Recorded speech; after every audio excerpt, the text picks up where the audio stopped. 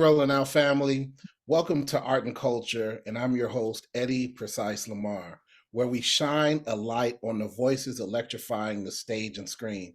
Today, we're thrilled to welcome Meghan Dawson, the breakout star of the all-new North American National Tour of Tina, the Tina Turner musical. Making her Broadway national tour debut as the queen of rock and roll herself, Meghan brings both power and grace to this iconic role. A proud Louisiana native and bayou girl, she previously wowed audiences in Six the Musical as Catherine Parr and on tour in Respect. Her regional credits include standout performances in Beautiful, the Carole King musical, and The Bodyguard. For Meghan, it's all about faith, community, and the power of storytelling. Let's get into it. Meghan, how are you? I'm doing all right. How you doing today? I'm excited. My energy is high. I'm excited to speak with you. I want to just jump right into it. Absolutely. Yeah, so this is your Broadway national tour debut. What does it mean for you to step into the shoes of Tina Turner on such a massive stage? And how did your journey lead you to this moment? It's a blessing. It's truly a blessing to be able to fill the shoes of trailblazers in my career. And my whole career, I always joke, I've always played queens. My first queen, I did, Queen Catherine Parr, and then I was doing Aretha Franklin, and now I'm doing Queen of Rock and Roll. So I'll joke sometimes, I don't know what queen is gonna be next, but I hope she's ready for me. 100%. You've portrayed, as you mentioned, portrayed these queens, a queen playing queen, right? So Tina's story is filled with a lot of pain, power, and triumph. What part of her journey resonates most deeply with your own experience as an artist and as a woman? Both as an artist and a woman, we get told what we can and can't do, and who we can and can't be. And throughout my own life and career, and Tina's as well, there's always just been that underlying idea of, I don't know how I'm gonna get there, but I know what I have. And I know that that can get me there. How? I don't know. Who's gonna need to help me? What tools I'm gonna need? I don't know all of that. But the underlying feeling of knowing that what you have is strong enough to battle, to come up against, any type of thing anybody wants to put against you, to think that you can't do this, you can't be this. Okay, we'll see.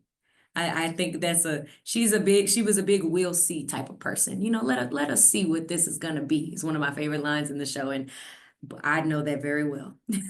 So you mentioned earlier, you portrayed all these queens, you've played powerful women like Catherine Parr in Six, and now Tina Turner. You say, you joke about it, but what do you think draws you to these roles, And how do you approach embodying women who've left such major cultural impact? I almost want to say I feel like the stories are kind of drawn to me because as an artist, it's all about the hustle. And I personally don't sit at home and say, well, I will only accept queen roles. But when it comes to certain things, when you get the material and you're able to read the stories and you can do your research, and when you're able to go in the room, it's just certain stories and certain people that you try it on and you go, you know what? This feels right. This feels right. And when I got the call to play Tina, there was a wow moment, but there was yeah, I'm ready. I'm ready. When you're in the right space, for sure, for sure. Absolutely, absolutely. All about Say, timing. when that you say you tried it on, when that jacket fits, it just fits. Okay. Yeah. So you're proudly from Louisiana, and you often Mhm. speak about your community and faith. How Mhm. have your roots shaped your artistry and how you show up in your performances? Authenticity and honesty. I grew up in the country, very Cajun, very, grounded, very, very simple. And then flipped to being operatically trained and, my accent not being professional and the way that I naturally was not being professional. And then switching back into musical theater where they wanted me, they didn't want what I was taught. So I think it was Right. refreshing, honestly, to be able to reconnect with who I am and the time that we spent away specifically for the pandemic.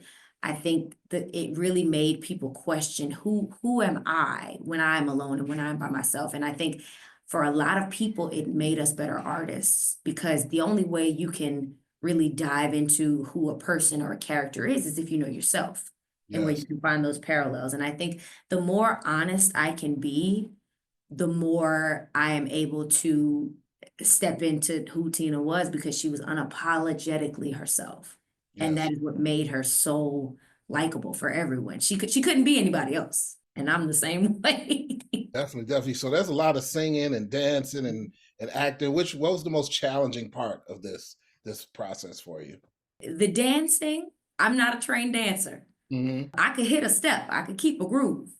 But to keep up with the incredible dancers in this show, Hmm. to make it look like, because when Tina was dancing with the Ikettes, it was a blend. Most of the choreography she made herself. Hmm. So even though they specifically were not trained at the highest level of being dancers, they were tight.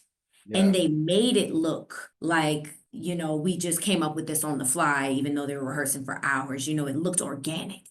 And I Yeah. think keeping the things that make it feel organic is actually what helps me as not being a trained person to make it all really fit together. And so you're not just sitting there like, oh, this is a theater show with trained dancers. It looks real. We bring the realness. What's funny is that as I mentioned the dances, I see you got the Tina shoulders. Just look, just a little bit.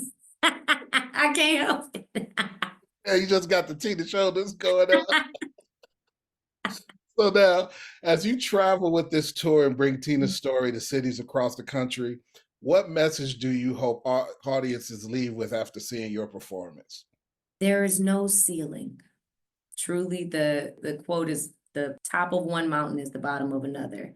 And I think that is the message of Tina's entire story is she never stopped climbing.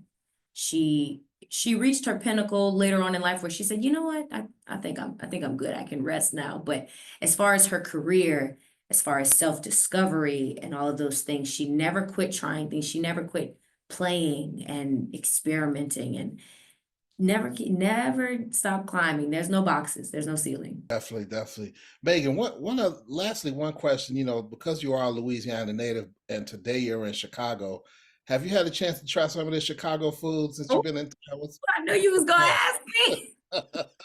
I'm actually a huge foodie and cook. So I just got in yesterday. I have not been able to try anything, but any recommendations, send them on. I know I gotta try deep dish pizza. I Of with my course, of fork and my course. knife, but I don't know nothing else. I'm excited to dive into it, to take a bite out of Chicago.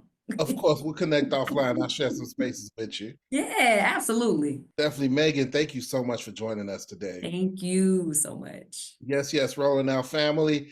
Thank you for joining us for this incredible conversation with Meghan Dawson here on Art and Culture. Her voice, spirit, and dedication are a powerful reminder of the legacy that artists carry, the new ones and the new ones they create. The Tina Turner musical will be in Chicago for a limited engagement from June 3rd to June 8th, 2025 at the Cadillac Palace Theater. Get your tickets. This is your man Precise. And as I always say, stay focused, positive, and productive. Peace.